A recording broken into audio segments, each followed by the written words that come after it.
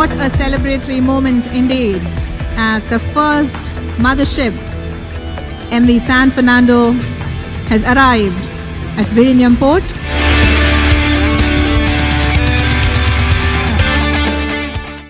വിഴിഞ്ഞം കണ്ടെയ്നർ തുറമുഖത്തിന്റെ trial run ഉദ്ഘാടനം ചെയ്തു.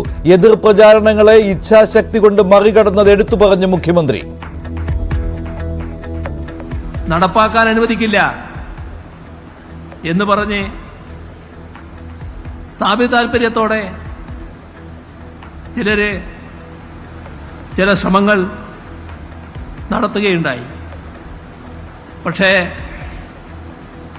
അതൊന്നും നമ്മുടെ നാടിന്റെ കൂട്ടായ ഇച്ഛാശക്തിയെയോ നിർവഹണശേഷിയെയോ ദുർബലപ്പെടുത്താൻ ഉതകുന്നതായിരുന്നില്ല.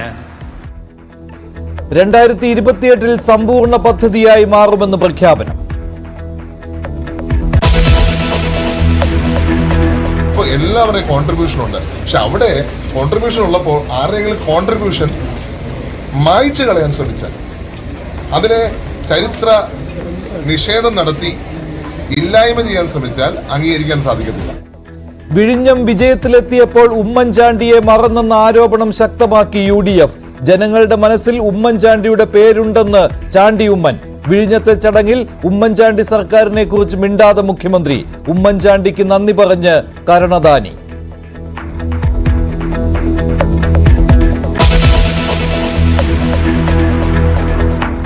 മദ്യനയക്കേസിൽ അരവിന്ദ് കേജ്രിവാളിന് ഇടക്കാല ജാമ്യം. അറസ്റ്റ് നിയമവിരുദ്ധമെന്ന പരാതിയിൽ 3 അംഗ ബെഞ്ച് തീരുമാനമെടുക്കും വരെ ജാമ്യമെന്ന് സുപ്രീം കോടതി. CBI കേസ് ഉള്ളതിനാൽ ജയിലിൽ നിന്ന് പുറത്തിറങ്ങാനാവില്ല. മുഖ്യമന്ത്രിയായി തുടരണോ എന്ന് കേജ്രിവാൾ തീരുമാനിക്കട്ടെ എന്ന് കോടതി. വണ്ടി ഇടിച്ച വഴിക്ക് അവർ ആസ്പത്രി കൊണ്ടുപോയി PK ദാസിൽ 2 ദിവസം കിടത്തി. അവർ ചികിത്സാ ചെലവ് വഹിക്കാന്ന് പറഞ്ഞിട്ടുണ്ടായിരുന്നു. അതിൽ കുറച്ച് പൈസയാണ് അവർ അടച്ചല്ലോ, ബാക്കിയുള്ള പൈസ അടച്ചില്ല. അത് ഞങ്ങളെ കൊണ്ട് അടപ്പിക്കുകയാണ് ചെയ്തത്. പോലീസ് വാഹനം ഇടിച്ച് ആശുപത്രിയിൽ കഴിയുന്ന യുവതിക്കെതിരെ കേസ്. ചികിത്സാ ചെലവ് ആവശ്യപ്പെട്ടതിനുള്ള പക വീട്ടിലെന്ന് പരാതി.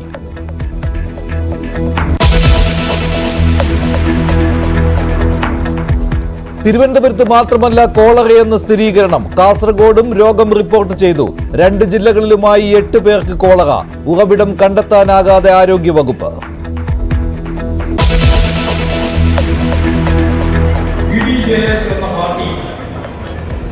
അതിന്റെ നേതാവ് വെള്ളാപ്പള്ളി നടേശന്റെ മകൻ ഇപ്പോൾ അവസാനം ഘട്ടം വന്നപ്പോൾ ഭാര്യയും അതിന്റെ ഭാഗമായിട്ട് മാറി.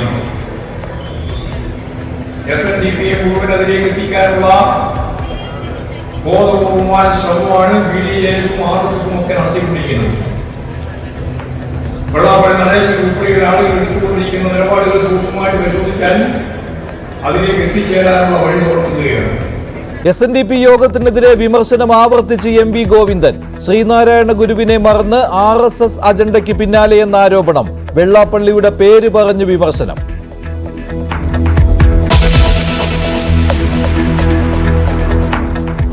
8 യാത്രക്കാർ ടിക്കറ്റ് ബുക്ക് ചെയ്തു. 2 ദിവസം ഓടാതിരുന്ന നവകേരള ബസ് വീണ്ടും കോഴിക്കോട് ബംഗളൂരു റൂട്ടിൽ സർവീസ് തുടങ്ങി.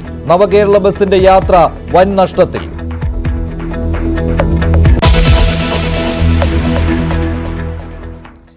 വിഴിഞ്ഞം രാജ്യാന്തര തുറമുഖത്ത് ചരക്ക് നീക്കം തുടങ്ങി. ഇതിന്റെ ട്രയൽ റണ്ണിന്റെ ഉദ്ഘാടനമാണ് ഇന്ന് രാവിലെ നടന്നത്. സ്വപ്ന സാക്ഷാത്കാര നിമിഷമെന്നാണ് ട്രയൽ റണ്ണിന്റെ ഔദ്യോഗിക ഉദ്ഘാടനം നിർവഹിച്ച് മുഖ്യമന്ത്രി പിണറായി വിജയൻ പറഞ്ഞത്.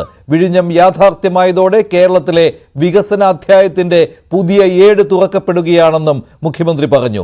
2028 വിഴിഞ്ഞം സമ്പൂർണ്ണ തുറമുഖമായി മാറുമെന്നും മുഖ്യമന്ത്രി ഉദ്ഘാടന പ്രസംഗത്തിൽ പറഞ്ഞു. അദ്ദേഹത്തിന്റെ വാക്കുകൾ കേൾക്കാം. ആദ്യം ഉദ്ഘാടനം ചെയ്യുന്ന ആ ദൃശ്യങ്ങളാണ് കാണുന്നത്. അല്പസമയം മുമ്പാണ് വിഴിഞ്ഞം രാജ്യാന്തര കണ്ടെയ്നർ ടെർമിനലിന്റെ ഔദ്യോഗിക ട്രയൽ റൺ ഉദ്ഘാടനം ചെയ്തത്.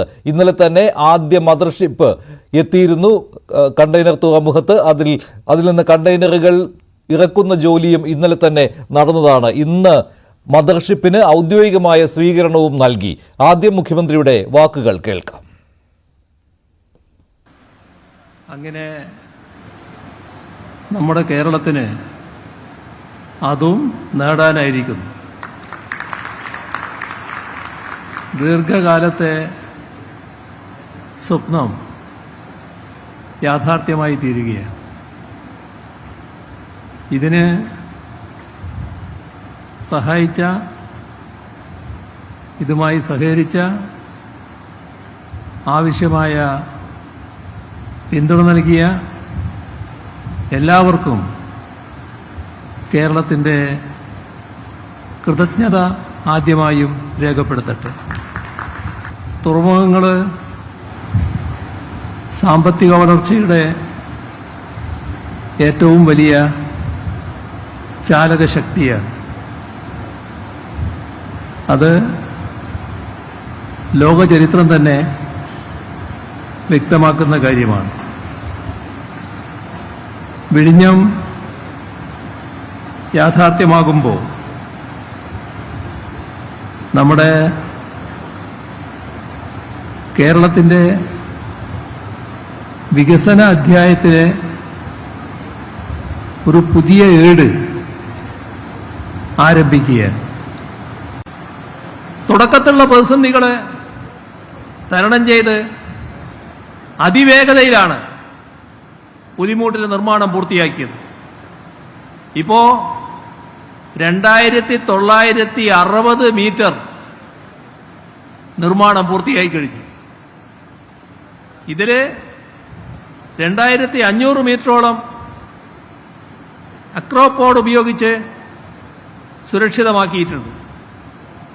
ഇതോടനുബന്ധിച്ച് വിഴിഞ്ഞം മുതൽ ബാലരാമപുരം വരെ 11 കിലോമീറ്റർ പ്രകൃതി സൗഹൃദ തുരങ്ക റെയിൽവേ പാത നിർമ്മിക്കുന്നതിന് DPR സമർപ്പിച്ചിട്ടുണ്ട്. അതിന് കേന്ദ്ര സർക്കാരിന്റെ അംഗീകാരം ലഭിക്കുകയും ചെയ്തു.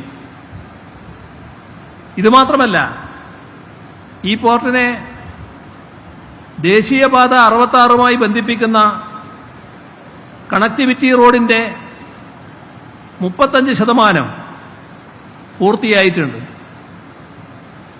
6000 കോടി രൂപ ചെലവഴിച്ച് തയ്യാറാക്കുന്ന ഔട്ടർ റിംഗ് റോഡ് കൂടി വരുന്നതോടെ ഈ പദ്ധതി വലിയ നേട്ടമുണ്ടാക്കുക തന്നെ ചെയ്യും. ഔട്ടർ റിംഗ് റോഡിന്റെ ഭാഗമായി ഈ പദ്ധതിയുടെ അനുബന്ധമായുള്ള ഒട്ടേറെ വികസന പദ്ധതികൾക്ക് രൂപം കൊടുക്കാനാണ് ഉദ്ദേശിക്കുന്നത്. അതുമായി ബന്ധപ്പെട്ട് എല്ലാ വിഭാഗത്തിന്റെയും സഹകരണം ഉറപ്പുവരുത്താനുള്ള നടപടികളിലേക്ക് സർക്കാർ നീങ്ങുകയാണ്. കേന്ദ്ര തുറമുഖ ഷിപ്പിംഗ് മന്ത്രി സർബാനന്ദ സോനോവാൾ ആയിരുന്നു ഈ ചടങ്ങിലെ മുഖ്യാതിഥി. പൊതു സ്വകാര്യ പങ്കാളിത്തം കാര്യക്ഷമമായി നടപ്പിലാക്കുന്ന ഒരു പദ്ധതിയാണ് വിഴിഞ്ഞം പദ്ധതി എന്നാണ് അദ്ദേഹം പ്രസംഗത്തിൽ പറഞ്ഞത്. അദ്ദേഹത്തിന്റെ വാക്കുകളിലേക്ക്. നമസ്കാരം വിജിംഗം, നമസ്കാരം Kerala. I am so happy to be here today in the beautiful state of Kerala for the celebration of the arrival of the first mothership in Vizhinjam International Seaport. Malayalis are warm and hospitable in nature. Their commitment, honesty and integrity is unparalleled. The scenic beauty of the state of Kerala and its deep cultural and artistic heritage has always enthralled me and compelled me to visit Kerala again and again. Vizhinjam Port is truly India's first deep-water international container transshipment terminal. I would also like to congratulate Adani Port SEZ for their valuable contribution towards creating a modern port infrastructure enabling reduction of logistic costs, saving transit time and reducing our dependency of foreign transshipment port. This port project demonstrates how a successful public-private partnership between the central government, private sector and the state government can unleash the immense potential of our maritime sector. വിഴിഞ്ഞം തുറമുഖം വിജയകരമായി trial റണ്ണിന് സജ്ജമായതിൽ അതിന് പിന്നിൽ പ്രവർത്തിച്ച എല്ലാവർക്കും മുഖ്യമന്ത്രി പിണറായി വിജയൻ നന്ദി അറിയിക്കുകയുണ്ടായി. എടുത്തു പറഞ്ഞ പേരുകൾ കരൺ അദാനിയുടേതാണ്. മുൻ തുറമുഖ മന്ത്രി അഹമ്മദ് ദേവർകോവിലിനെയും മുഖ്യമന്ത്രി നന്ദി അറിയിച്ചു. അദ്ദേഹത്തിന്റെ പ്രസംഗത്തിലേക്ക് അതേസമയം ഉമ്മൻചാണ്ടി സർക്കാരിന്റെ കാര്യം പ്രസംഗത്തിൽ മുഖ്യമന്ത്രി പരാമർശിക്കുകയും ചെയ്തില്ല. 2016 LDF സർക്കാർ അധികാരത്തിൽ വന്നു. അന്ന് തുറമുഖ വകുപ്പ് കൈകാര്യം ചെയ്തത് ശ്രീ കടന്നപ്പള്ളി രാമചന്ദ്രനായിരുന്നു. അദ്ദേഹത്തിന്റെ നേതൃത്വത്തിൽ ഓരോ ഘട്ടത്തിലും ആവശ്യമായ കാര്യങ്ങൾ നിർവഹിച്ചുകൊണ്ട് മുന്നേറുന്നതാണ് കേരളം കണ്ടത്. എല്ലാവർക്കും അറിയാവുന്നതുപോലെ വളരെ സജീവമായി ഇടപെട്ട രണ്ടാമത്തെ മന്ത്രി 2021 അധികാരത്തിൽ വന്ന ഗവൺമെന്റിന്റെ ഭാഗമായി ഉണ്ടായിരുന്നുവെന്ന് എല്ലാവർക്കും അറിയാം. അത് ശ്രീ അഹമ്മദ് ദേവർകോവിലാണ്. അദ്ദേഹവും ഈ പദ്ധതി യാഥാർത്ഥ്യമാകുന്നതിനു വേണ്ടി നല്ല ശ്രമം അർപ്പണബോധത്തോടെ നടത്തിയിരുന്നുവെന്നത് ഈ ഘട്ടത്തിൽ ഞാൻ ഓർക്കുകയാണ്. ഇത്തരത്തിലുള്ള പ്രത്യേക ശ്രദ്ധ, കരുതൽ സർക്കാരിന്റെ ഭാഗത്തു നിന്ന് ഈ പദ്ധതി യാഥാർത്ഥ്യമാക്കാൻ ഉണ്ടായി എന്നതാണ് വസ്തുത. വിഴിഞ്ഞം തുറമുഖത്ത് തദ്ദേശീയരായ ആളുകൾക്ക് 50% ജോലികൾ നൽകും എന്നുള്ള സർക്കാരിന്റെ പ്രഖ്യാപനം, ആ പ്രഖ്യാപനം യാഥാർത്ഥ്യമാകുമെന്നാണ് സംസ്ഥാന തുറമുഖ മന്ത്രി VN വാസവൻ പറഞ്ഞത്. അദ്ദേഹത്തിന്റെ വാക്കുകളിലേക്ക്. മഹാമാരി വന്നു, കോവിഡ് രൗദ്രഭാവം കൊണ്ട് നമ്മെ വേട്ടയാടി. അത്തരം ഘട്ടങ്ങളിലും വലിയ പ്രതിസന്ധികളും പ്രയാസങ്ങളും വന്നു.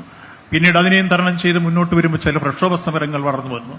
ആ പ്രക്ഷോഭ സമരങ്ങളിലെല്ലാം ഈ ഗവൺമെന്റ് സ്വീകരിച്ച സഹിഷ്ണുതയുടെ, സമീപനത്തോടെ, സമയുക്തതയോടെയുള്ള സമീപനമാണ് യഥാർത്ഥത്തിൽ ആ പ്രശ്നങ്ങളെല്ലാം അതിജീവിച്ചുകൊണ്ട് വിഴിഞ്ഞം പോർട്ട് യാഥാർത്ഥ്യമാകുന്ന രൂപത്തിലേക്ക് അതിന്റെ പ്രവർത്തനങ്ങൾ ഉയർന്നു വന്നത് എന്നതേറെ അഭിമാനത്തോടെ പറയുകയാണ്. ഒരു ഗവൺമെന്റിന്റെ ഇച്ഛാശക്തി എന്തെന്ന് ഒന്നും രണ്ടും പിണറായി സർക്കാർ ഈ വിഴിഞ്ഞത്തിലൂടെ ലോകത്തിന് കാട്ടിക്കൊടുത്തിരിക്കുന്നു എന്ന അഭിമാനകരമായ മുഹൂർത്തമാണ് ഞാനിവിടെ സൂചിപ്പിക്കുന്നത്.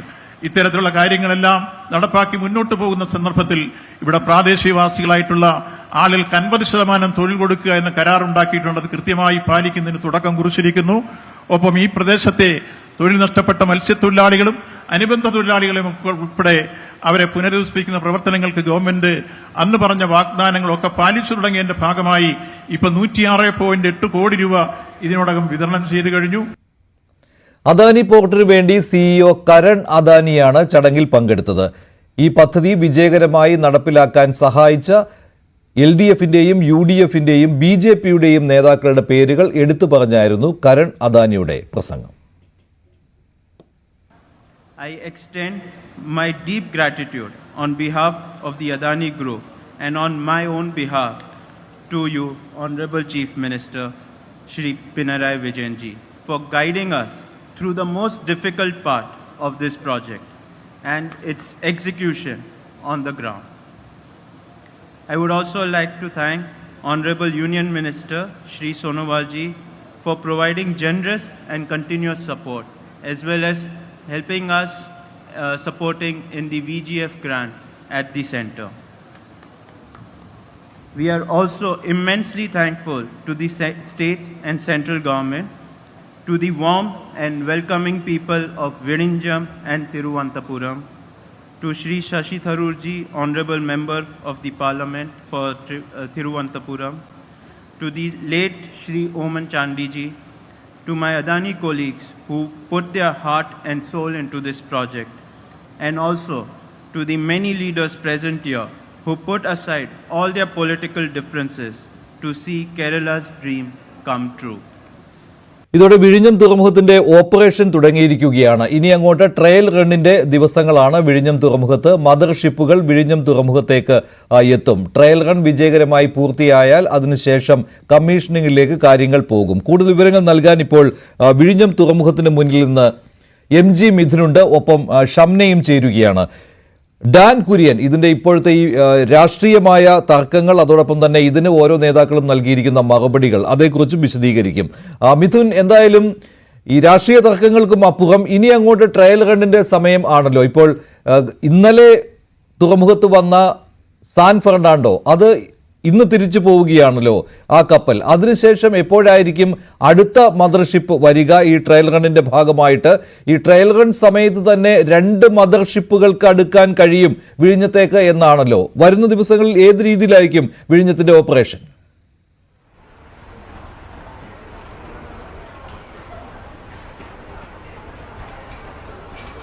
കേരളത്തെ സംബന്ധിച്ച്, മലയാളികളെ സംബന്ധിച്ചത് ഒരു അഭിമാന മുഹൂർത്തം തന്നെയാണ്. അതിന് സാക്ഷിയാകാൻ സാധിച്ചതിൽ എനിക്കും വലിയ അഭിമാനമുണ്ട് എന്നുള്ള കാര്യം എടുത്തു പറയേണ്ടിയിരിക്കുന്നു. കാരണം ഇത്തരത്തിൽ ഈ ഒരു സമയത്ത് റിപ്പോർട്ട് ചെയ്യാനാവുമെന്ന് ഞാൻ കരുതിയിരുന്നതല്ല. എന്നോടൊപ്പം ഡാൻ കുര്യനും ഒപ്പം തന്നെ ഐഷത്തുൽ ഷംനയും ഒക്കെ ഉണ്ടായിരുന്നു, ക്യാമറ പേഴ്സൺമാരുണ്ടായിരുന്നു, അരുൺ പാലോടും ഒപ്പം തന്നെ സന്തോഷ് കുമാറും ഒപ്പം തന്നെ വിനോദ് കുമാറും ഉണ്ടായിരുന്നു എന്നുള്ള കാര്യം നമ്മൾ എടുത്തു പറയേണ്ടിയിരിക്കുന്നു. കാരണം ഇത്രയും വലിയ ഒരു ചരിത്ര മുഹൂർത്തത്തിന് സാക്ഷിയായ എന്നുള്ള കാര്യം നമ്മൾ ആദ്യം പറഞ്ഞുകൊണ്ട് തന്നെ തുടങ്ങാം. എന്തായാലും 40 മിനിറ്റ് നേരമാണ് മുഖ്യമന്ത്രി ഇത് സംബന്ധിച്ചുള്ള ഉദ്ഘാടന പ്രസംഗത്തിൽ അദ്ദേഹം പറഞ്ഞത്. ഈ ഒരു ചരിത്ര നാൾ വഴികളെല്ലാം തന്നെ അദ്ദേഹം എടുത്തു പറയുകയും ചെയ്തു. അതിൽ അദ്ദേഹം പറഞ്ഞ പ്രധാനപ്പെട്ട കുറച്ച് കാര്യങ്ങളുണ്ട്. അതായത് ഈ പദ്ധതി നടപ്പാക്കാതിരിക്കുന്നതിന് വേണ്ടി പല ലോബികളും വലിയ രീതിയിൽ ശ്രമം നടത്തുകയും ചെയ്തു. ഒപ്പം തന്നെ ഇതിനെ തളർത്തുന്നതിന് വേണ്ടി വിഴിഞ്ഞം നടപ്പാക്കാൻ പല വാണിജ്യ ശക്തികൾക്കും താല്പര്യമില്ലായിരുന്നു. പക്ഷേ അതൊന്നും നമ്മുടെ നാടിൻ്റെ കൂട്ടായ ഇച്ഛാശക്തിയെ മറികടക്കാനായില്ല.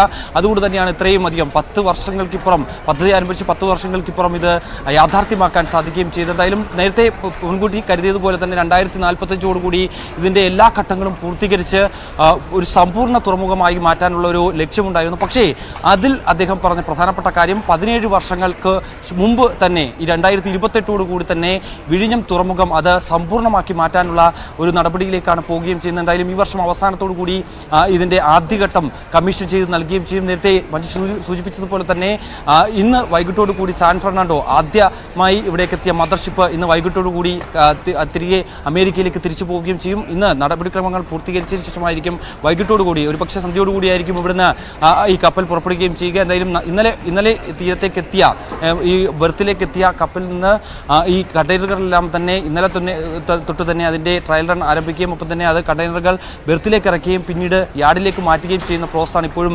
നടന്നുകൊണ്ടിരിക്കുന്നത്. അതിനുവേണ്ടി സജ്ജമാക്കിയിരുന്ന 31 ക്രെയിനുകളുണ്ട്. അതിൽ 23 സെമി ഓട്ടോമാറ്റഡ് ക്രെയിനുകളും 8 മാനുവൽ ക്രെയിനുകളുമാണുള്ളത്. ഇതിന്റെ പ്രവർത്തനം അത് ഏകോപിപ്പിക്കുന്നതിന് വേണ്ടി 5 പേർ ഉദ്യോഗസ്ഥർ മാത്രം മതി എന്നുള്ള ഒരു പ്രത്യേകത കൂടിയുണ്ട്. എന്തായാലും വരും ദിവസങ്ങളിലും കൂടുതൽ ചരക്കുകപ്പൽ ഇവിടേക്ക് എത്തുമെന്നുള്ള കാര്യത്തിൽ സംശയമില്ല. അതിന്റെ വിവരങ്ങൾ കൂടി ഇവിടുത്തെ അധികൃതർ പങ്കുവയ്ക്കുകയും ചെയ്യുന്നുണ്ട്. കൂടാതെ തന്നെ നമ്മൾ നേരത്തെ പ്രതീക്ഷിച്ചതുപോലെ തന്നെ 2034 ഒരുപക്ഷെ ഈ പോർട്ടിൽ നിന്നുള്ള വരുമാനം സംസ്ഥാനത്തിൽ ലഭ്യമാകുക എന്നുള്ള ഒരു കണക്കുകൂട്ടലുണ്ടായിരുന്നു. ആദ്യമൊക്കെ 1%, പിന്നീടുള്ള വർഷങ്ങളിൽ അത് 2ആയി, പിന്നീടുള്ള വർഷം അത് 3ആയി, അങ്ങനെ പോകുമെന്നുള്ള കാര്യമായിരുന്നു. പക്ഷേ ഇപ്പോൾ മുതൽ തന്നെ ഇതിൽ നിന്നുള്ള വരുമാനം, അതായത് നികുതി ഇനത്തിൽ സംസ്ഥാന സർക്കാരിന് അതിന്റെ വരുമാനം ലഭിക്കുമെന്നുള്ള ഒരു വിവരം കൂടിയാണ് നമുക്ക് ലഭ്യമാകുന്നത്. കാരണം ഓരോ മദർഷിപ്പുകൾ വരുമ്പോഴും അതിലുള്ള കണ്ടെയ്നറുകളുടെ എണ്ണത്തിന്റെ അടിസ്ഥാനത്തിൽ ഇപ്പോൾ ഫോർ എക്സാമ്പിൾ പറഞ്ഞു കഴിഞ്ഞു കഴിഞ്ഞാൽ 1 കോടി രൂപ ലഭ്യമാവുമെങ്കിൽ അതിന്റെ 18% അത് GST ആയിട്ട് നൽകേണ്ടി വരും. ആ 18%ന്റെ 9 എന്ന രീതിയിൽ ഒരു 50% സ്റ്റേറ്റിനും 50% കേന്ദ്രത്തിനും എന്ന അനുപാതത്തിലായിരിക്കും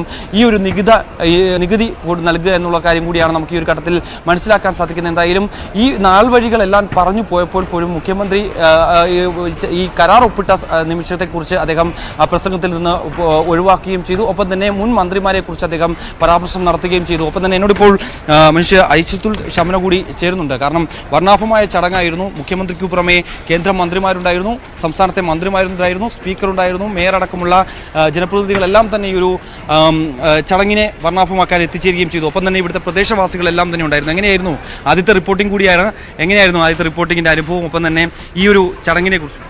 തീർച്ചയായും ഇത് ഞാൻ വളരെ എക്സൈറ്റഡ് ആണ്. എൻ്റെ ആദ്യത്തെ റിപ്പോർട്ട്, ഈ വിഴിഞ്ഞം പദ്ധതി ഞാൻ 10ാം ക്ലാസ് പഠിക്കുമ്പോഴാണ് ആദ്യം വരുന്നത്. അപ്പം അന്നൊന്നും ഇങ്ങനെ ഒരു നിമിഷം സ്വപ്നത്തിൽ പോലും കണ്ടിട്ടില്ല. അപ്പോൾ അത് യാഥാർത്ഥ്യമാകുമ്പോൾ അത് റിപ്പോർട്ട് ചെയ്യാൻ സാധിച്ചത് വളരെയധികം സന്തോഷം. ആദ്യത്തെ റിപ്പോർട്ടിംഗ് ആകുമ്പോൾ അതിനേക്കാൾ സന്തോഷം. എന്നാലും 10 മണിക്കാണ് ഇനാഗുറേഷൻ എങ്കിൽ അതിന് എത്രയോ മണിക്കൂറുകൾ മുന്നേ ഇവിടെ ആൾക്കാരെ എത്തിച്ചേർന്നു. പ്രത്യേകിച്ച് പ്രദേശവാസികൾ, അവരുടെ ഒരു എക്സൈറ്റ്മെൻറ്റും സന്തോഷം നമുക്ക് പറഞ്ഞറിയിക്കാൻ പറ്റുന്നതിലും അധികമായിരുന്നു. എന്തായാലും വളരെ പ്രത്യേകിച്ച് എടുത്തു പറയേണ്ട കാര്യം, ഈ തിരുവനന്തപുരത്തുകാർ മാത്രം അല്ലെങ്കിൽ അല്ലെങ്കിൽ പ്രദേശവാസികൾ മാത്രമല്ലായിരുന്നു ഇതിൽ.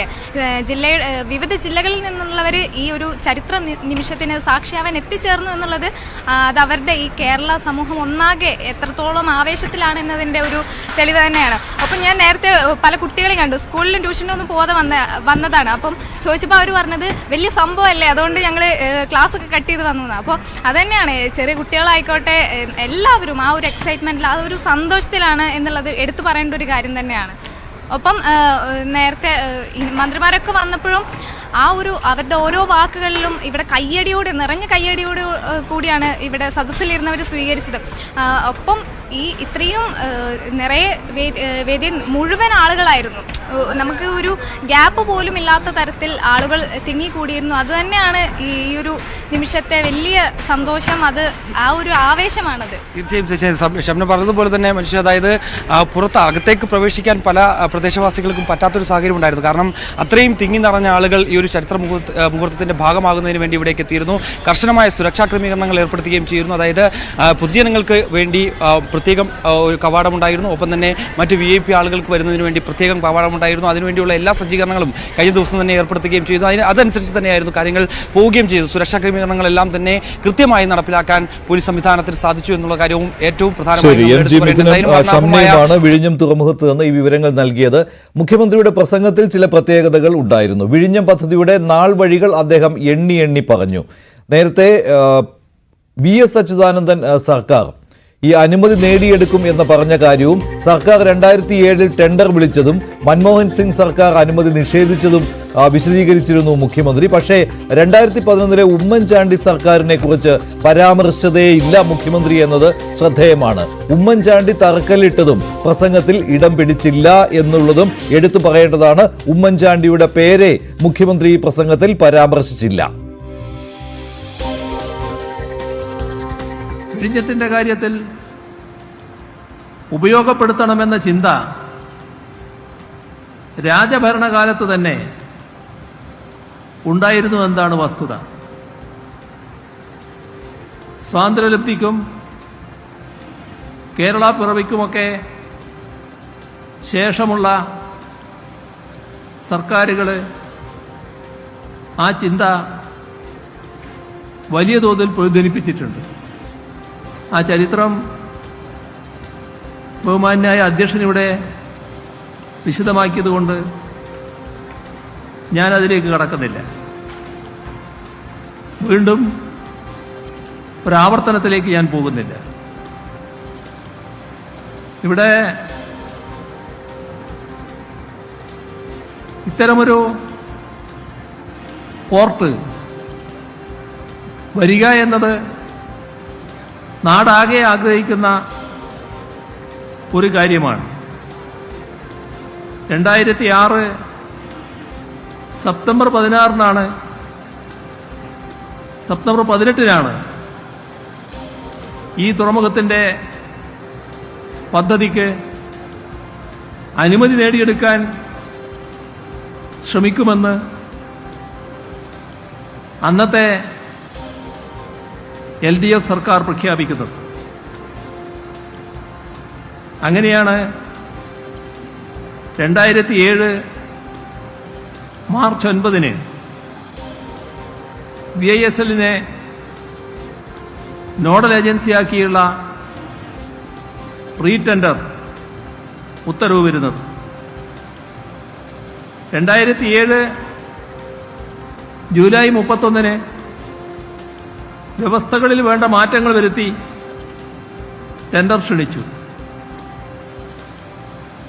2009 നവംബർ 13-ന് പദ്ധതി പഠനത്തിനായി ഇന്റർനാഷണൽ ഫിനാൻസ് കോർപ്പറേഷനെ നിയോഗിച്ചു. 2010-ൽ ടെൻഡർ നടപടികളാവുന്നു. പിന്നെ കേസും നിയമ നടപടികളും ആ കാര്യങ്ങളെല്ലാം ഇവിടെ പറഞ്ഞു കഴിഞ്ഞിട്ടുണ്ട്. ഇപ്പോൾ ചിലർ കണ്ടുപിടിച്ചു അതൊരു ചൈനീസ് കമ്പനിയാണ്, അതിൻ്റേതായ ആക്ഷേപം ചിലർ ഉയർത്തി. അന്ന് കേന്ദ്രം മൻമോഹൻ സിംഗ് നേതൃത്വം കൊടുക്കുന്ന സർക്കാരായിരുന്നു. ആ സർക്കാർ അതിന് അനുമതി നിഷേധിച്ചു. അതെല്ലാം ചരിത്രത്തിന്റെ ഭാഗമായുള്ള കാര്യമാണ്.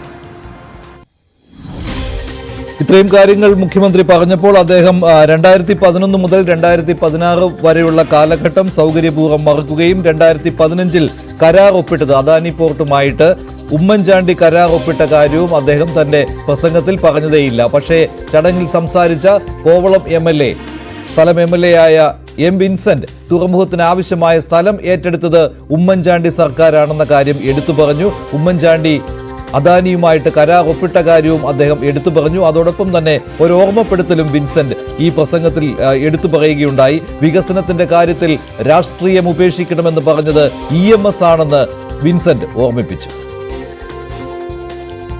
ഗവൺമെന്റുകളുടെ തുടർച്ചയാണ് ഇത്. നേരത്തെ ഇവിടെ അധ്യക്ഷൻ സൂചിപ്പിച്ചതുപോലെ ഇതിന് മുൻപുള്ള ഓരോ ഗവൺമെന്റുകളും ഈ വിഴിഞ്ഞം തുറമുഖം വരണമെന്ന കാര്യത്തിൽ ആത്മാർത്ഥമായ പരിശ്രമം നടത്തിയിട്ടുണ്ട്. അത് ആത്യന്തികമായി എത്തിച്ചിട്ടുള്ളത് ശ്രീ ഉമ്മൻചാണ്ടി സാറാണെന്നുള്ള കാര്യം ഞാൻ ഈ അവസരത്തിൽ അനുസ്മരിക്കുകയാണ്. അതിൻ്റെ പേരിൽ ഒരുപാട് പഴികൾ അദ്ദേഹം കേട്ടിട്ടുണ്ട്. അതിൻ്റെ പേരിൽ ജുഡീഷ്യൽ അന്വേഷണവും വിജിലൻസ് അന്വേഷണവും ഉൾപ്പെടെയുള്ള അന്വേഷണങ്ങളെല്ലാം അദ്ദേഹം നേരിട്ടിട്ടുണ്ട് എന്നുള്ളത് ഞാൻ ഓർക്കുകയാണ്. തീർച്ചയായും ഇന്ന് അദ്ദേഹം കൂടി ജീവിച്ചിരുന്നിരുന്നുവെങ്കിൽ ഏറ്റവും അധികം സന്തോഷിക്കുന്നതും അദ്ദേഹമായിരുന്നു. നമ്മളോടൊപ്പം അദ്ദേഹം ഏറ്റവും അധികം സന്തോഷിക്കുമായിരുന്നു. ഡാൻ കുര്യൻ ചേരുകയാണ് ഈ രാഷ്ട്രീയ വിഷയത്തിൽ കൂടുതൽ കാര്യങ്ങൾ വിശദീകരിക്കുന്നതിന് വേണ്ടി വിഴിഞ്ഞം തുറമുഖത്ത് നിന്ന്. ഡാൻ, ഇപ്പോൾ സാമൂഹ്യ മാധ്യമങ്ങളിൽ ഒരു വീഡിയോ പ്രചരിക്കുന്നുണ്ട്. അതിൽ അന്നത്തെ മുഖ്യമന്ത്രി ഉമ്മൻചാണ്ടിയുടെ വാക്കുകളാണ്. അദ്ദേഹം അതിൽ പറയുന്നുണ്ട്, എന്തെല്ലാം തടസ്സങ്ങൾ ഉണ്ടായാലും വിഴിഞ്ഞം തുറമുഖ പദ്ധതി യാഥാർത്ഥ്യമാകും എന്ന്. ഇതാണല്ലോ ഇപ്പോൾ UDF കേന്ദ്രങ്ങൾ എടുത്തു പറയുന്നത്. വിൻസെന്റ് MLA ഇക്കാര്യം സൂചിപ്പിക്കുകയും ചെയ്തു. പക്ഷെ മുഖ്യമന്ത്രി സൗകര്യപൂർവ്വം ഇക്കാര്യങ്ങൾ മറന്നു പോവുകയായിരുന്നുവല്ലോ. 2015 അദ്ദേഹം ഈ വിഴിഞ്ഞത്തിന്റെ ചരിത്രത്തിൽ നിന്ന് എടുത്തു മാറ്റിക്കളഞ്ഞുവല്ലോ.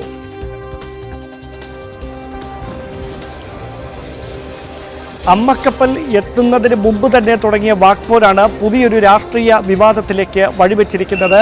1996 EK നയനാർ സർക്കാരിൻ്റെ കാലം മുതൽ വിഴിഞ്ഞം രാജ്യാന്തര തുറമുഖം യാഥാർത്ഥ്യമാക്കുന്നതുമായി ബന്ധപ്പെട്ട് നടന്ന ചർച്ചകളെക്കുറിച്ചടക്കം 40 മിനിറ്റ് നീണ്ട സുദീർഘമായ പ്രസംഗത്തിൽ മുഖ്യമന്ത്രി ഓരോ കാര്യങ്ങളായി എടുത്തെടുത്ത് പറഞ്ഞപ്പോഴും 2015 ഓഗസ്റ്റ് മാസം 17-ാം തീയതി ഈ വിഴിഞ്ഞം തുറമുഖത്തിൻ്റെ കരൺ അദാനിയുമായി അന്നത്തെ മുഖ്യമന്ത്രി ഉമ്മൻചാണ്ടി ഒപ്പുവെച്ചതിനെക്കുറിച്ച് ഒരു വാചകം പോലും പരാമർശിക്കാതിരുന്നതാണ് പ്രതിപക്ഷം വലിയ രാഷ്ട്രീയ ആയുധമാക്കി മാറ്റുന്നത്.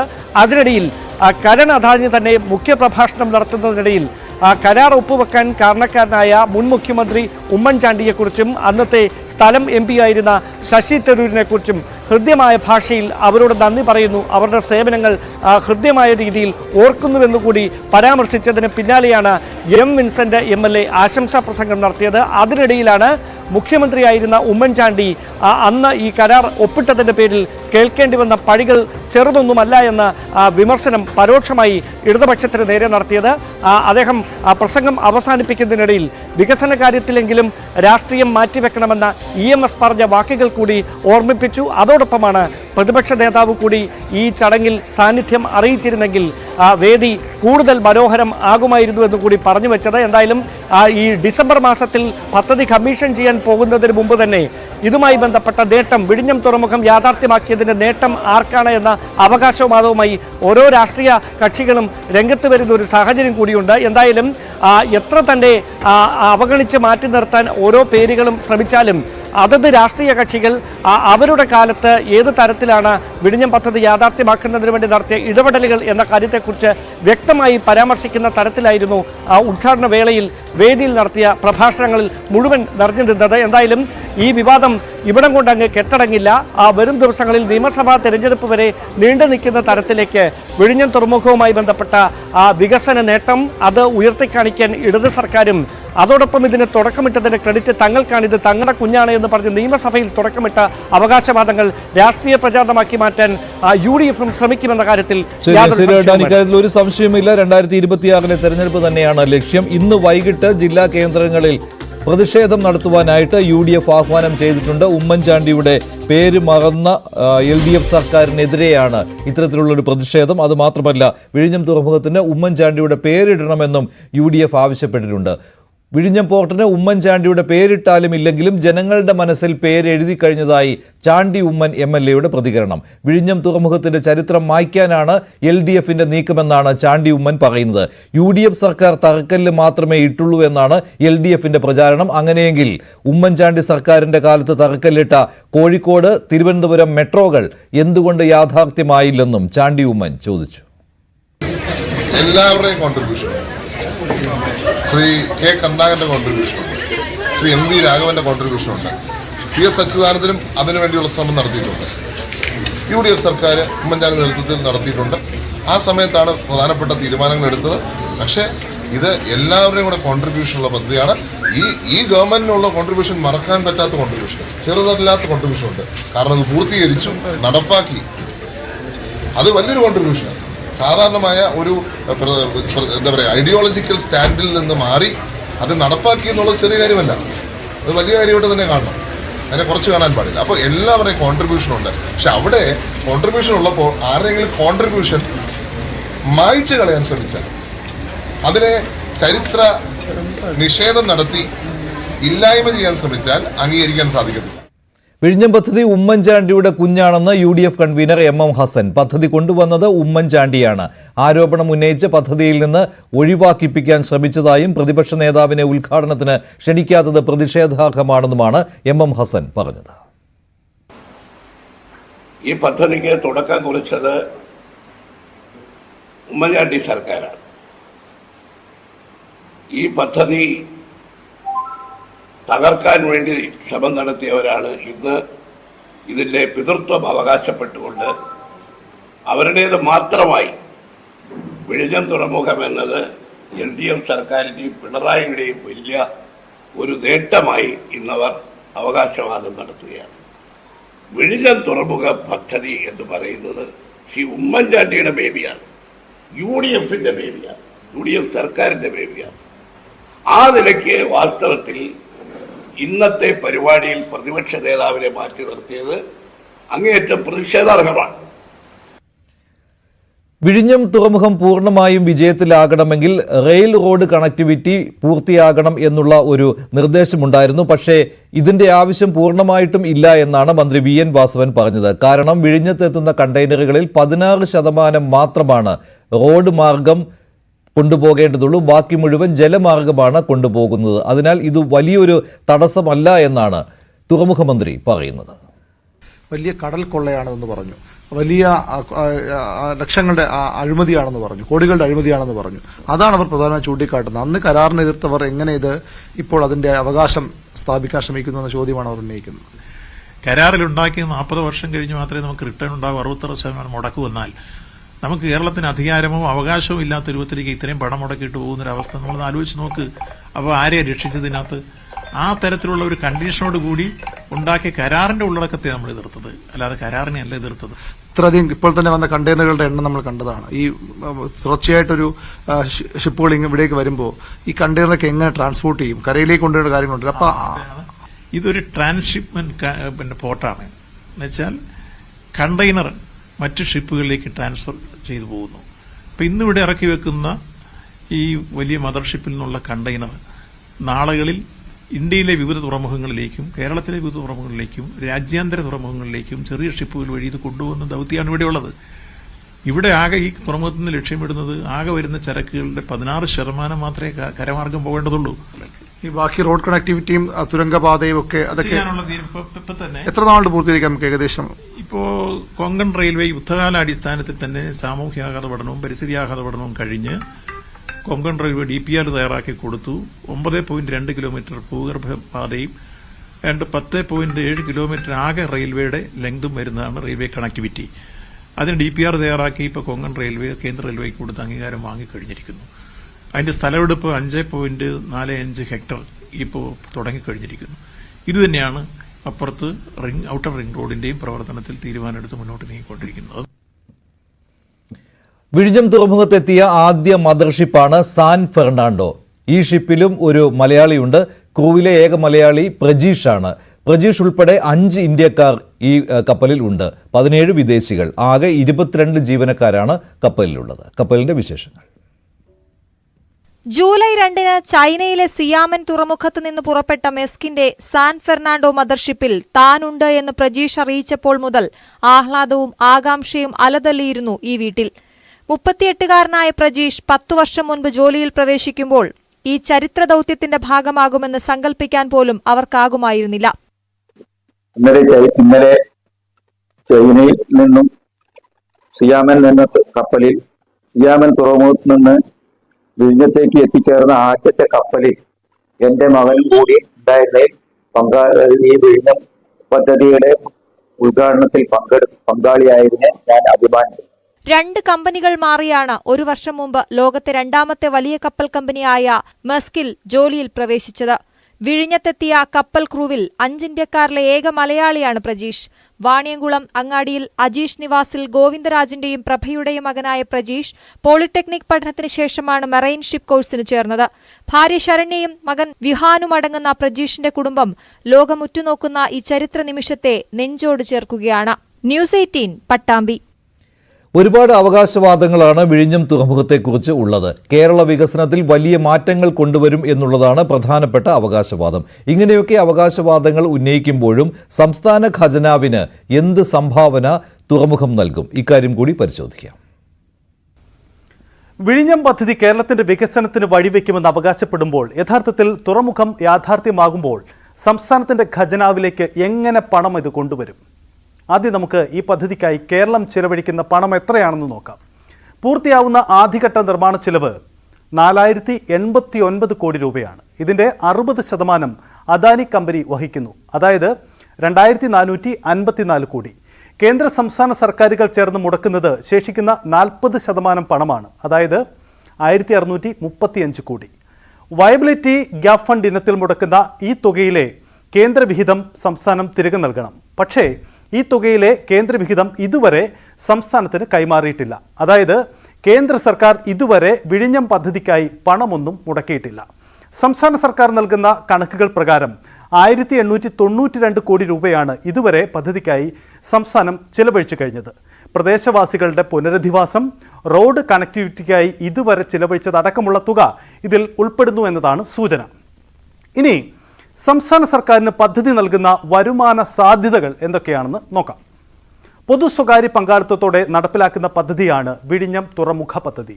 അതുകൊണ്ട് തന്നെ നിശ്ചിത കാലാവധി വരെ കേരള സർക്കാരിന് ചരക്ക് നീക്കത്തിൽ നിന്ന് ഒരു വരുമാനവും ഈ പദ്ധതിയിൽ നിന്നും ലഭ്യമാവില്ല. പദ്ധതി പൂർത്തിയായി 15 വർഷത്തിന് ശേഷമാണ് കേരളവുമായി വരുമാനം അദാനി കമ്പനി പങ്കുവയ്ക്കുന്നത്. 2019 ഡിസംബറിൽ ആദ്യഘട്ടം പൂർത്തിയാകുമെന്നായിരുന്നു പ്രതീക്ഷിച്ചിരുന്നത്. എന്നാൽ 5 വർഷം വൈകി. പക്ഷേ ഇത് വരുമാനം പങ്കുവയ്ക്കലിനെ ബാധിക്കില്ല. നേരത്തെ നിശ്ചയിച്ചതുപോലെ തന്നെ 2034 സംസ്ഥാനവുമായി അദാനി കമ്പനി വരുമാനം പങ്കുവയ്ക്കും. പക്ഷേ വരുമാനത്തിൻ്റെ 1% മാത്രമാണ് 2034 ഇങ്ങനെ പങ്കുവയ്ക്കപ്പെടുന്നത്. കരാർ പ്രകാരം വിവിധ വർഷങ്ങളിലെ വരുമാന പങ്കുവയ്ക്കൽ ഇങ്ങനെയാണ്. അതൊന്ന് നോക്കാം. 2034 12.33 കോടിയാണ് പങ്കുവയ്ക്കപ്പെടുക. 2035 ഇത് 25.98 കോടിയായി വർദ്ധിക്കും. 2036 40.97 കോടി രൂപയായി ഇത് വർദ്ധിക്കും. രാജ്യാന്തര കപ്പൽ ചാലിൽ നിന്നും 12 നോട്ടിക്കൽ മൈൽ ദൂരത്തിൽ മാത്രമാണ് വിഴിഞ്ഞം തുറമുഖം സ്ഥിതി ചെയ്യുന്നത്. അതുകൊണ്ട് തന്നെ സിംഗപ്പൂർ, കൊളംബോ, സലാല, ദുബായ് തുറമുഖങ്ങൾക്ക് ലഭ്യമായിരുന്ന 2500 കോടിയോളം രൂപയുടെ ചരക്ക് നീക്കം ഇനി മുതൽ വിഴിഞ്ഞം വഴിയാകുമെന്നാണ് പ്രതീക്ഷിക്കപ്പെടുന്നത്. കരാർ പ്രകാരം 40 വർഷം അദാനി കമ്പനിക്ക് വിഴിഞ്ഞം തുറമുഖം കൈവശം വയ്ക്കാം. ഇതിനുശേഷം പൂർണ്ണമായി കേരള സർക്കാരിൻ്റെ ഉടമസ്ഥതയിലേക്ക് ഈ പദ്ധതി മാറിക്കഴിയും. സ്വാഭാവികമായും അന്നു മുതലുള്ള വരുമാനം പൂർണ്ണമായി സംസ്ഥാന ഖജനാവിലെത്തും. 10 വർഷത്തിന് ശേഷം 1% വരുമാനം മാത്രമേ സംസ്ഥാനത്തിന് ലഭ്യമാകൂ എങ്കിലും കേരളത്തിന് മറ്റ് നിരവധി സാധ്യതകൾ തുറന്നു കിട്ടപ്പെടുന്നുണ്ട്. 50,000-ഓളം പുതിയ തൊഴിലവസരങ്ങൾ സൃഷ്ടിക്കപ്പെടുന്നു. വിഴിഞ്ഞം കേന്ദ്രീകരിച്ച് തിരുവനന്തപുരത്ത് ആകെ തന്നെ ഉണ്ടാകുന്ന അനുബന്ധ പ്രാദേശിക വികസനം, ചരക്ക് നീക്കത്തിന് ചിലവ് കുറയുമ്പോൾ വിലക്കുറവിനുണ്ടാവുന്ന സാധ്യത, തുറമുഖ അനുബന്ധ വ്യവസായ മേഖല ഉണ്ടാവുന്നത് കൊണ്ട് തന്നെ പുതിയ തൊഴിൽ സാധ്യതകളും സൃഷ്ടിക്കപ്പെട്ടേക്കാം. ഇങ്ങനെ നിരവധി സാധ്യതകളാണ് കേരളത്തിന് മുന്നിലുണ്ടാവുന്നത്. ഏതെങ്കിലും ഒരു രാഷ്ട്രീയ പാർട്ടിക്ക് അവകാശപ്പെട്ടതാണോ തുറമുഖത്തിന്റെ ഈ വിജയം? അല്ല എന്നാണ് മാധ്യമപ്രവർത്തകൻ കൂടിയായ ശ്രീ ഏലിയാസ് ജോൺ പറയുന്നത്. അദ്ദേഹം വിഴിഞ്ഞം പദ്ധതിക്ക് വേണ്ടി ഒരുപാട് ശബ്ദമുയർത്തിയിട്ടുള്ള ആൾ കൂടിയാണ്. അനുബന്ധ മേഖലകളുടെ വികസനം കൂടി എത്രയും പെട്ടെന്ന് പൂർത്തിയായാൽ മാത്രമേ തുറമുഖം കൊണ്ട് സംസ്ഥാനത്തിന് ഉദ്ദേശിച്ച നേട്ടം കൈവരിക്കാൻ കഴിയുകയുള്ളൂവെന്നും ഏലിയാസ് ജോൺ പ്രതികരിച്ചു. വിഴിഞ്ഞം കേരളത്തിൻ്റെ കുഞ്ഞാണ്, ഇന്ത്യയുടെ കുഞ്ഞാണ്, അങ്ങനെ പറയാൻ പറ്റുള്ളൂ. അല്ലാതെ ഏതെങ്കിലും ഒരു രാഷ്ട്രീയ പാർട്ടിയുടെയോ ഏതെങ്കിലും ഒരു ഗവൺമെൻറ്റിൻ്റെയോ മാത്രം എന്ന് നമുക്ക് പറയാൻ പറ്റില്ല. കാരണം നമുക്ക് വിസിബിളായിട്ട് തോന്നുന്നത് 2015 ശ്രീ ഉമ്മൻചാണ്ടി കല്ലിട്ട് നിർമ്മാണം ആരംഭിക്കുന്ന ഒരു ചരിത്രം നമ്മുടെ മുമ്പിലുണ്ട്. ഒരുപാട് പ്രതിസന്ധികളെ അതിജീവിച്ചുകൊണ്ട് പിണറായി സർക്കാർ അത് പൂർത്തിയാക്കുന്നു. ഒബ്വിയസ് അല്ലേ, എല്ലാവർക്കും അറിയാം, രണ്ട് ഗവൺമെൻറ്റിനും ഇതിന് പങ്കുണ്ട്. ഞാനങ്ങനെ വലിയ വെല്ലുവിളി വിഴിഞ്ഞും ഈ ഘട്ടത്തിൽ ഉയർത്തുമെന്നൊന്നും ഞാൻ പറയുന്നില്ല. നമ്മളൊരു ചെറിയ തുടക്കമാണ്. 10 ലക്ഷം കണ്ടെയ്നറാണ് നമുക്ക് കൈകാര്യം ചെയ്യാനുള്ള ശേഷി, കപ്പാസിറ്റി. ഇപ്പോൾ ഭാവിയിൽ നമ്മളെല്ലാവരും കൂടി ഭയങ്കരമായ എഫേർട്ട് എടുത്ത്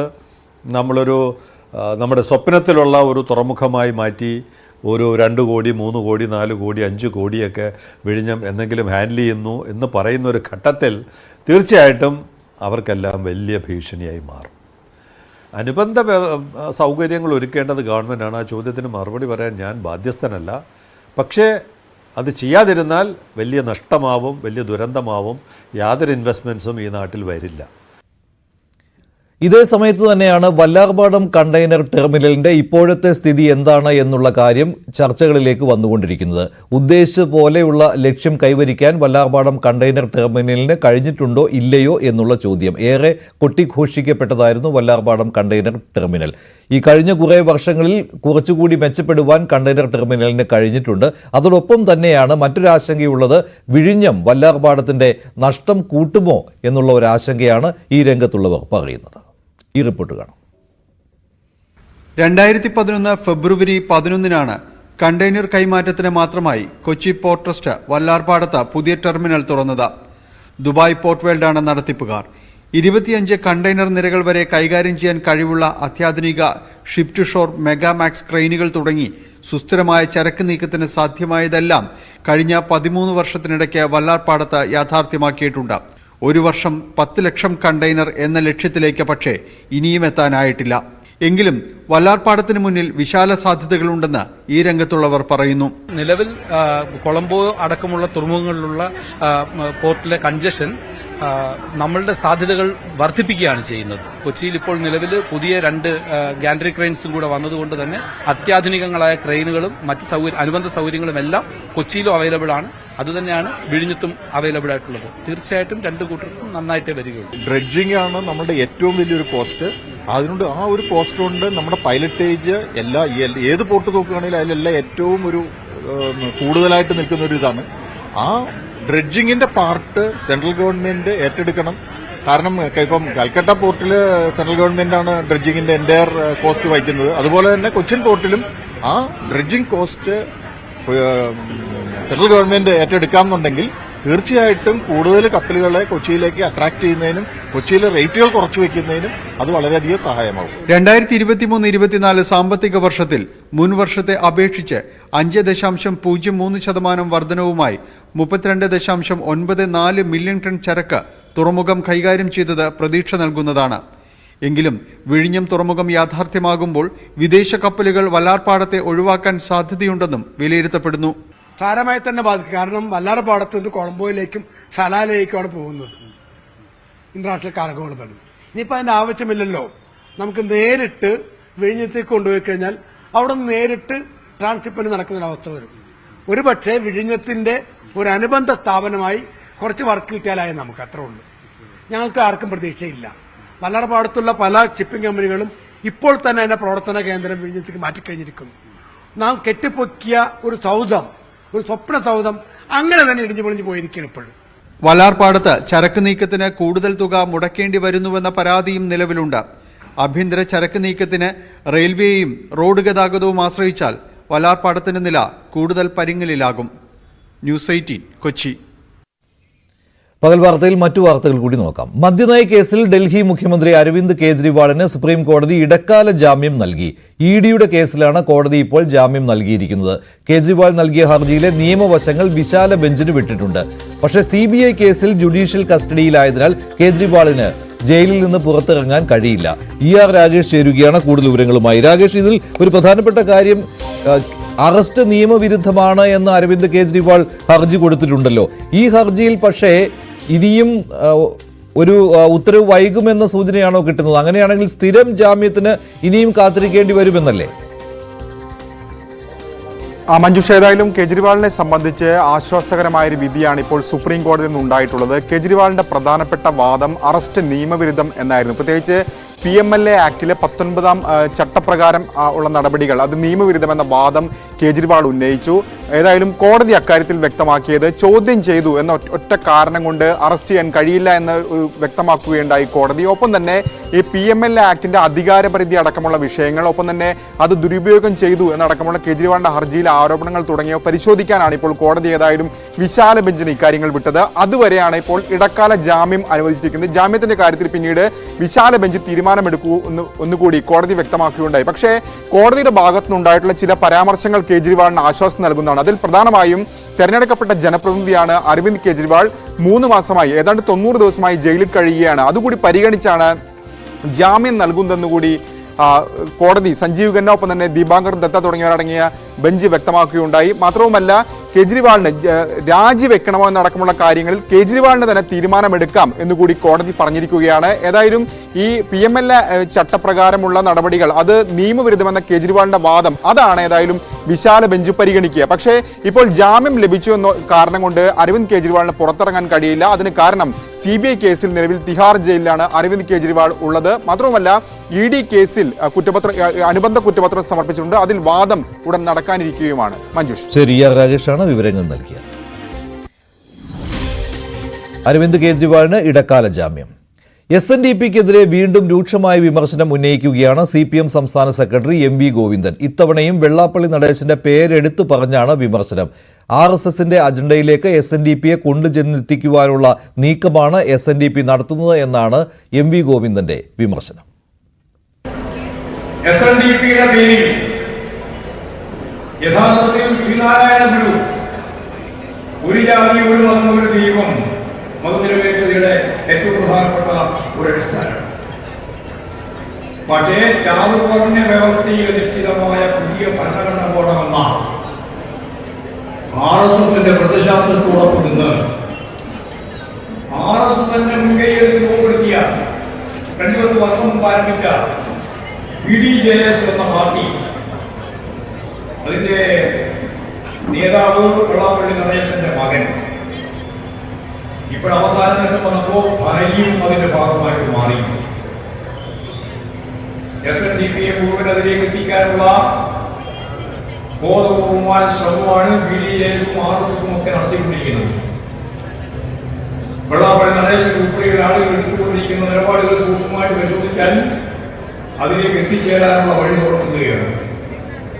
ഇതിനെല്ലാം നിശ്ചിതമായിട്ട് എതിർത്തുകൊണ്ടല്ലാതെ, ആശയപരമായിട്ട് നേരിട്ടുകൊണ്ടല്ലാതെ ഞാൻ ഈ പറഞ്ഞ സ്വത്തുരാഷ്ട്രീയത്തെ അടിസ്ഥാനപ്പെടുത്തിയിട്ട് സംഘടിപ്പിക്കുകയും വർഗീയമായി അണിചേർക്കുന്ന പ്രവർത്തനത്തിലേക്ക് നീങ്ങുകയും ചെയ്യുന്ന RSSന്റെ ഈ അടിത്തറ, നമ്മുടെ ഏറ്റവും പ്രധാനപ്പെട്ട അടിത്തറയുള്ള ജനവിഭാഗങ്ങളുടെ ഒഴിഞ്ഞുപോക്ക് അവസാനിപ്പിക്കാൻ നമുക്ക് സാധിക്കും.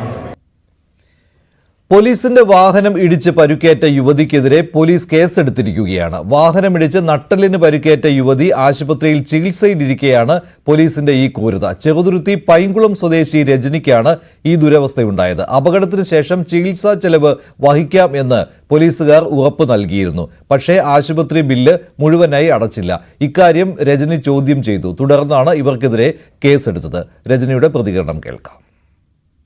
ഞാൻ എൻ്റെ സുഹൃത്തും കൂടി ഷൊർണ്ണൂർക്ക് പോയി. മെറ്റലിന്റെ അവിടെ എത്തി വലതുവശത്തെ റോഡിലേക്ക് ഇറങ്ങുമ്പോൾ ഒരു പോലീസ് വണ്ടി വന്ന് ഞങ്ങളെ ഇടിച്ചു. ഏത് പോലീസാണെന്ന് ഞങ്ങൾക്ക് അറിയണ്ടായിരുന്നില്ല. പിന്നീടാണ് മനസ്സിലായത് ഒറ്റപ്പാലം സ്റ്റേഷനിലത്തെ പോലീസാണ് എന്നുള്ളത്. വണ്ടി ഇടിച്ച വഴിക്ക് അവര് ആസ്പത്രി കൊണ്ടുപോയി PK ദാസിൽ 2 ദിവസം കിടത്തി. അവര് ചികിത്സാ ചെലവ് വഹിക്കാന്ന് പറഞ്ഞിട്ടുണ്ടായിരുന്നു. അതില് കുറച്ച് പൈസയാണ് അവർ അടച്ചുള്ളൂ, ബാക്കിയുള്ള പൈസ അടച്ചില്ല. അത് ഞങ്ങളെ കൊണ്ട് കിടപ്പിക്കുകയാണ് ചെയ്തത്. മുഖ്യമന്ത്രിയും മന്ത്രിമാരും സഞ്ചരിച്ച നവകേരള ബസ് ബംഗളൂരു കോഴിക്കോട്ട് റോഡിൽ സർവീസ് നടത്തി വരികയായിരുന്നു. പക്ഷേ കഴിഞ്ഞ ദിവസം മുതൽ ബസ് ഓടുന്നില്ല. ആവശ്യത്തിന് യാത്രക്കാർ ഇല്ലാത്തതായിരുന്നു കാരണം. ആരും ബുക്ക് ചെയ്തിരുന്നില്ല. പക്ഷേ ഇപ്പോൾ നവകേരള ബസ് വീണ്ടും സർവീസ് തുടങ്ങി. ഇതേ റൂട്ടിൽ തന്നെ കോഴിക്കോട് ബംഗളൂരു റൂട്ടിലാണ് നവകേരള ബസ് വീണ്ടും യാത്ര തുടങ്ങിയത്. ഗരുഡ പ്രീമിയം എന്ന പേരിൽ സർവീസ് നടത്തുന്ന ബസ് യാത്രക്കാരെ വീണ്ടും കിട്ടിയതോടെയാണ് വീണ്ടും ഓട്ടം തുടങ്ങിയത്. വെറും 8 റിസർവേഷൻ ടിക്കറ്റുമായാണ് ഇപ്പോൾ നവകേരള ബസ് ബംഗളൂരുവിലേക്ക് സർവീസ് വീണ്ടും തുടങ്ങിയത്. ബുക്കിംഗ് വരും ദിവസങ്ങളിലും കുറവാണ്. ജസ്റ്റിസ് നിതിൻ ജംദാർ കേരള ഹൈക്കോടതിയുടെ പുതിയ ചീഫ് ജസ്റ്റിസ്. നിലവിൽ ബോംബെ ഹൈക്കോടതി ആക്ടിംഗ് ചീഫ് ജസ്റ്റിസാണ്. ഈ മാസം 4-ാം തീയതി ജസ്റ്റിസ് ആശിഷ് ജെ ദേശായി കേരള ഹൈക്കോടതി ചീഫ് ജസ്റ്റിസ് സ്ഥാനത്ത് നിന്ന് വിരമിച്ചിരുന്നു. ഈ ഒഴിവിലേക്കാണ് നിയമനം. സുപ്രീം കോടതി കൊളീജിയമാണ് നിതിൻ ജംദാറിന്റെ പേര് ശുപാർശ ചെയ്തത്. മഹാരാഷ്ട്ര സ്വദേശിയായ ഇദ്ദേഹം മുൻപ് കേന്ദ്ര സർക്കാരിന്റെ സീനിയർ സ്റ്റാൻഡിംഗ് കൗൺസിലായും പ്രവർത്തിച്ചിട്ടുണ്ട്. കേരള സർവകലാശാല സെനറ്റിലെ ചാൻസലറുടെ നാമനിർദ്ദേശം ചോദ്യം ചെയ്ത ഹർജിയിൽ ചാൻസലർക്ക് ഹൈക്കോടതിയുടെ നോട്ടീസ്. എന്ത് രേഖകളുടെ അടിസ്ഥാനത്തിലാണ് സെനറ്റ് നിയമനമെന്ന് ചാൻസലറോട് ഹൈക്കോടതി ചോദിച്ചു. ചാൻസലറുടെ ഓഫീസ് ഇക്കാര്യം വിശദീകരിക്കണമെന്ന് ഹൈക്കോടതി നിർദ്ദേശം നൽകിയിട്ടുണ്ട്. മലപ്പുറത്തെ +1 സീറ്റ് പ്രതിസന്ധി വിഷയത്തിൽ പ്രതികരണവുമായി Malappuram RDO doctor PM Anil. ചരിത്രത്തിൽ ആദ്യമായാണ് ഇത്രയും ബാച്ചുകൾ ഒരു ജില്ലയ്ക്ക് അനുവദിക്കുന്നത്. 120 ബാച്ചുകളാണ് ജില്ലയ്ക്ക് കിട്ടിയത്. സയൻസ് ബാച്ചുകളിൽ അഡ്മിഷൻ കിട്ടാത്തത് കൊമേഴ്സ്, ഹ്യൂമാനിറ്റീസ് ബാച്ചുകൾ അനുവദിക്കാൻ പറ്റുന്ന സ്കൂളുകൾ തിരഞ്ഞെടുക്കാൻ സർക്കാർ ആവശ്യപ്പെട്ടതുകൊണ്ടാണെന്നും ഡോക്ടർ PM അനിൽ പറഞ്ഞു. 9,000 സീറ്റുകൾ കുട്ടികൾക്ക് ഇപ്പോൾ അപേക്ഷിക്കാൻ സജ്ജമായി അടുത്ത ദിവസങ്ങളിൽ സൈറ്റിൽ വരും. 120 അഡീഷണൽ ബാച്ചുകൾ +1 അനുവദിച്ചിരിക്കുന്നു. അതിന് 59 ഹ്യൂമാനിറ്റീസ് ബാച്ചും 61 കൊമേഴ്സ് ബാച്ചുകളും ആണുള്ളത്. ഇത് സയൻസ് ബാച്ചുകൾ അനുവദിച്ചിട്ടില്ല. ഗവൺമെന്റ് നമ്മുടെ 2-അംഗ സമിതിയോട് ആവശ്യപ്പെട്ടത് കൊമേഴ്സ് ഹ്യൂമാനിറ്റീസ് ബാച്ചുകൾ അനുവദിക്കുന്നതിനുള്ള സ്കൂളുകളെ തിരഞ്ഞെടുക്കുന്നതിന് വേണ്ടിയിട്ടാണ്. പിന്നീട് 120 ബാച്ചുകളാണ് നമ്മൾ ഇപ്പോൾ അനുവദിച്ചിട്ടുള്ളത്. അതില് 60-ഉം 65-ഉം വരെ എടുക്കാം. 60 കുട്ടികളുടെ എണ്ണം എടുക്കുകയാണെങ്കിൽ 7,200 കുട്ടികൾക്ക് ഇനിയും അഡ്മിഷൻ ലഭിക്കും. 65 വെച്ചിട്ടാണെങ്കിൽ അതിന് അവൈലബിലിറ്റി അനുസരിച്ച് കുട്ടികളുടെ ആവശ്യകത അനുസരിച്ച് 65 വരെ ഗവൺമെന്റ് വിദ്യാലയങ്ങളിൽ അനുവദിക്കാനുള്ള അധികാരം ഗവൺമെന്റിനുണ്ട്. അങ്ങനെയാണെങ്കിൽ 7,800 സീറ്റുകൾ ഇനിയും കുട്ടികൾക്ക് ലഭ്യമാകും. പള്ളിത്തർക്ക വിഷയത്തിൽ സർക്കാരുമായി ഏറ്റുമുട്ടലിന് തയ്യാറെന്ന സൂചന നൽകി ഓർത്തഡോക്സ് സഭ. ചർച്ച ബില്ലിൽ ഭയമില്ലെന്നും തീയിൽ കൂടി കടന്നുപോയ നിരവധി സന്ദർഭങ്ങൾ ഉണ്ടായിട്ടുണ്ടെന്നും മാത്യൂസ് തൃതീയൻ കാതോലിക്ക ബാവ പറഞ്ഞു. അത്തരം അനുഭവം ഉണ്ടാക്കാൻ എന്ത് ബില്ലുമായി വന്നാലും നേരിടും. സഭാ ഭരണഘടനയും സുപ്രീം കോടതി വിധിയും കരുതി ആരുമായും സമാധാനത്തിന് സഭ തയ്യാറല്ലെന്നും കാതോലിക്ക ബാവ പറഞ്ഞു. കോടതി വിധികൾ നടപ്പാക്കണം. സഭയ്ക്ക് ലഭ്യമായിട്ടുള്ള കോടതി വിധികൾ നടപ്പാക്കുന്നില്ലെങ്കിൽ ഞാൻ മരിച്ചാലും എനിക്ക് ഭയമില്ല. അതുകൊണ്ട് അക്കാര്യം മാത്രം നിങ്ങൾ എന്നോട് പറയണ്ട. വളരെ ശക്തമായ രീതിയിൽ അദ്ദേഹം അവരോരോരുത്തരോടും പറയുന്നത് കേൾക്കുവാനിടയായിട്ടുണ്ട്. പലരും അദ്ദേഹത്തിൻ്റെ അടുത്ത് വന്ന് ഒരു കോലഞ്ചേരി പള്ളിക്ക് വേണ്ടി കാതോലിക്ക ഉപവാസം അനുഷ്ഠിക്കണമോ എന്ന് ചോദിച്ച് അദ്ദേഹത്തെ അതിൽ നിന്ന് പിന്തിരിപ്പിക്കുവാൻ മലങ്കര സഭയിലെ അരുമസന്താനങ്ങൾ പലരും അടുത്തിയെന്നു. ഞാനൊരു പള്ളിക്ക് വേണ്ടിയില്ല, എൻ്റെ സഭയ്ക്ക് വേണ്ടിയാണ് ഈ ഉപവാസം അനുഷ്ഠിക്കുന്നത്. ഈ പള്ളി പോലെ തന്നെയാണ് മലങ്കര സഭയിലെ എല്ലാ പള്ളിയും. ഒരു പള്ളിക്ക് നീതി നിഷേധിക്കപ്പെട്ടാൽ അതെല്ലാ പള്ളികൾക്കും നീതി നിഷേധിക്കപ്പെടുന്നതിന് തുല്യമാണ്. അതുകൊണ്ട് ഈ സഹന സമരം മലങ്കര സഭയ്ക്ക് വേണ്ടിയുള്ളതാണ്. ആ ഉത്തമമായ ബോധ്യത്തോടു കൂടിയാണ് അദ്ദേഹം അതിന് തയ്യാറായത് എന്നുള്ളത് നമുക്ക് ഏവർക്കും അറിവുള്ളതാണ്. 2016 ഉമ്മൻചാണ്ടി സർക്കാർ തീരുന്നത് വരെ ആ കാര്യം നടപ്പായില്ല. 15 ദിവസം കഴിഞ്ഞുമില്ല. ഓർത്തഡോക്സ് സഭയ്ക്ക് അനുകൂലമായ കോടതി വിധി നടപ്പാക്കണം എന്നാണ് സഭ ആവശ്യപ്പെടുന്നത്. യാക്കോബായ സഭയുമായുള്ള പള്ളിത്തർക്കത്തെക്കുറിച്ചാണ് ഓർത്തഡോക്സ് സഭയുടെ പ്രതികരണം. ഇക്കാര്യത്തിൽ ചർച്ച് ബില്ലിൽ സഭയ്ക്ക് ഭയമില്ല എന്ന കാര്യവും ഓർത്തഡോക്സ് സഭ പറയുകയാണ്. കോടതി വിധി നടപ്പാക്കി കിട്ടണം എന്നാണ് കാതോലിക്ക ബാവ പറയുന്നത്. റിലയൻസ് ഇൻഡസ്ട്രീസ് ചെയർമാൻ മുകേഷ് അംബാനിയുടെ മകൻ അനന്ത് അംബാനിയുടെയും രാധിക മർച്ചന്റിന്റെയും വിവാഹ ചടങ്ങുകൾ തുടരുകയാണ്. മുംബൈയിലെ ജിയോ വേൾഡ് കൺവെൻഷൻ സെന്ററിലാണ് വിവാഹം. ചടങ്ങിൽ രാഷ്ട്രീയ നേതാക്കളും ബിസിനസ് പ്രമുഖരും സിഇഒമാരും അടക്കമുള്ള വലിയ നിരയാണ് പങ്കെടുക്കുന്നത്.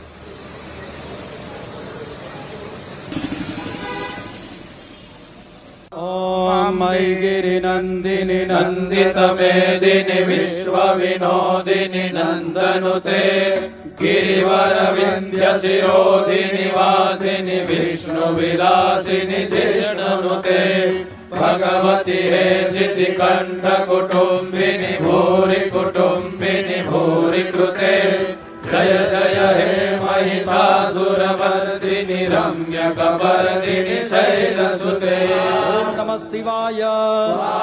ॐ नमः शिवाय ॐ नमः शिवाय ॐ नमः शिवाय ॐ नमः शिवाय ॐ नमः शिवाय ॐ नमः शिवाय ॐ नमः शिवाय ॐ नमः शिवाय ॐ नमः शिवाय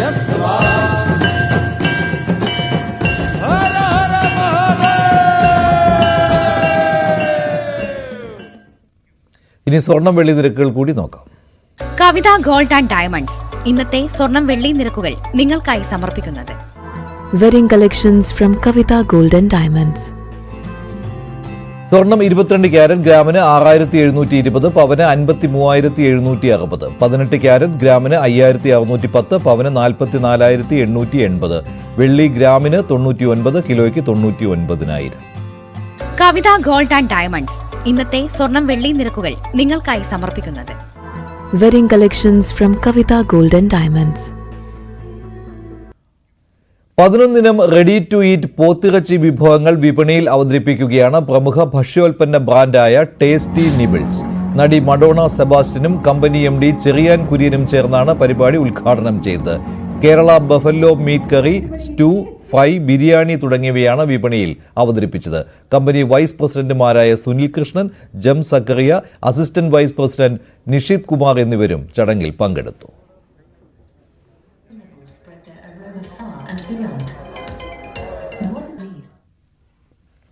ഇടവേളയ്ക്ക് ശേഷം സ്പോട്ട് ലൈവ് കാണാം.